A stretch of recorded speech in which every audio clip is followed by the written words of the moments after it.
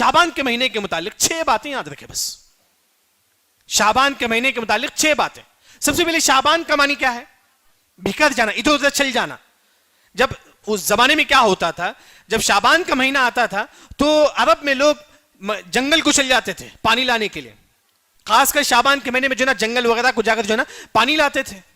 یعنی کہ شعبان کا معنی مطلب ادھر ادھر چل جانا. جب شعبان کا مہینہ آتا تھا تو جو نا لوگ ادھر ادھر جا کے جو نا پانی لاتے تھے. لیکن شعبان کے مہینے کے متعلق 6 باتیں یاد رکھ کے بس کافی ہے. 3 کا تعلق عبادت سے ہے، 3 کا تعلق بدعت سے ہے.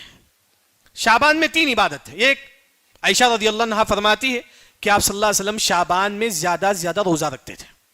شروع ہی سے، پورا شعبان نہیں، جتنا ہو سکے آپ روزہ رکھیے.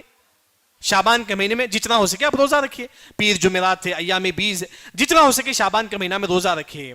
آپ صلی اللہ علیہ وسلم بھی روزہ رکھتے تھے. پوچھا گیا کہ اللہ کے نبی آپ شعبان کے مہینے میں روزہ کیوں رکھتے ہیں زیادہ سے زیادہ؟ تو آپ صلی اللہ علیہ وسلم نے فرمایا کہ شہر ترفع فیہ الاعمال الی رب العالمین. یہ شعبان کا وہ مہینہ ہے جس میں ہمارے اعمال اللہ تعالیٰ کے پاس پیش کیے جاتے ہیں. پہلا ہے شعبان کے مہینے میں زیادہ سے زیادہ روزہ رکھیں. دوسرا جو عبادت ہے شعبان کے مہینے میں وہ ہے کہ قضا روزہ. جن عورتوں کا قضا روزہ ہے پہلے رمضان کا، جن مردوں کا قضا روزہ ہے شعبان کے مہینے میں روزہ رکھنا ان پر واجب ہے. قضا روزہ واجب ہے. یہ دوسرا قضا روزہ شعبان کے مہینے میں رکھنا چاہیے. تیسری جو عبادت ہے وہ ہے کہ امام ابن رجب رحمہ اللہ کہتے ہیں کہ سلف شعبان کے مہینے میں قرآن کی تلاوت کرتے تھے. کیوں؟ کیونکہ رمضان میں زیادہ سے زیادہ قرآن کی تلاوت کریں. پریکٹس ہے تاکہ رمضان میں اور بھی زیادہ قرآن کی تلاوت کریں.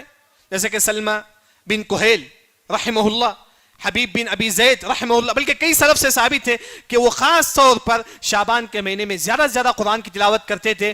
کیوں؟ تاکہ رمضان میں اور بھی زیادہ قرآن کی تلاوت کریں. یہ 3 عبادت ہے جو شعبان کے مہینے میں مجھے اور آپ کو کرنا ہے. یہ ایک روزہ، نفل روزہ، دوسرا قضا روزہ تمام پر واجب ہے، تیسرا جو ہے نا وہ ہے قرآن کی تلاوت. 3 بدعت ہے. دوسرا جو ہے نا 3 بدعت ہے شعبان کے مہینے میں. پہلی جو بدعت ہے خاص طور پر شعبان کے مہینے میں محفل بٹھانا، جلسے جلوس کرنا، یہ جائز نہیں ہے، بدعت ہے. کیوں کرتے ہیں؟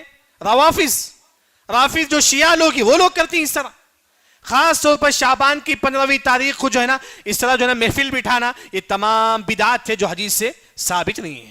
دوسری جو بدعت ہے شعبان کے مہینے میں خاص 15ویں شعبان کو روزہ رکھنا.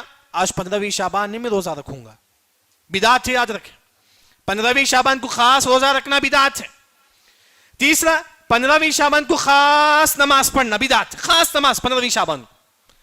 بعض لوگ کیا کرتے ہیں 15ویں شعبان کو خاص قیام اللیل کا اہتمام کرتے ہیں، بدعت ہے. بعض لوگ کیا کرتے ہیں 15ویں شعبان کو خاص جو ہے نا کچھ نمازیں پڑھتی ہیں جس میں پہلی رکعت میں سورہ فاتحہ پھر سورہ اخلاص 10 مرتبہ پڑھتی ہیں، پوری بدعت ہے. امام ابن حجر الحیثمی نے کہا کہ بدعت ہے، منکر ہے، من گھڑت ہے تمام چیزیں، صحابہ نے کیا نہیں. یعنی کہ شعبان کے متعلق جو نا یہ کچھ بدعتیں جو لوگوں میں جو ہے نا رواج ہے، مشہور ہے. یعنی کہ شعبان کے متعلق 6 باتیں یاد رکھیں. 3 عبادت تھے اور 3 بدعت ہیں. 3 عبادت روزہ رکھنا نفل، قضا روزہ، اور تیسری جو چیز ہے قرآن کی تلاوت. 3 بدعت کیا ہے؟ خاص طور پر محفلیں بیٹھنا اور خاص روزہ رکھنا 15ویں شعبان کو، اور 15ویں شعبان کو خاص طور پر نمازوں کا اہتمام کرنا، چاہے تہجد ہو چاہے خاص نماز ہو صلاۃ الرغائب کے نام سے. یہ تمام بدعت ہے. اللہ رب العزت سے دعا ہے کہ اللہ تعالیٰ ہم تمام کو صحیح دین سمجھ کر عمل کرنے کی توفیق عطا فرمائے. بارك الله لنا ولكم في القرآن المجيد ورفعني وإياكم بما فيه من الآيات والذكر الحكيم. أقول قولي هذا وأستغفر الله الذي ولكم ولسائر المسلمين أجمعين.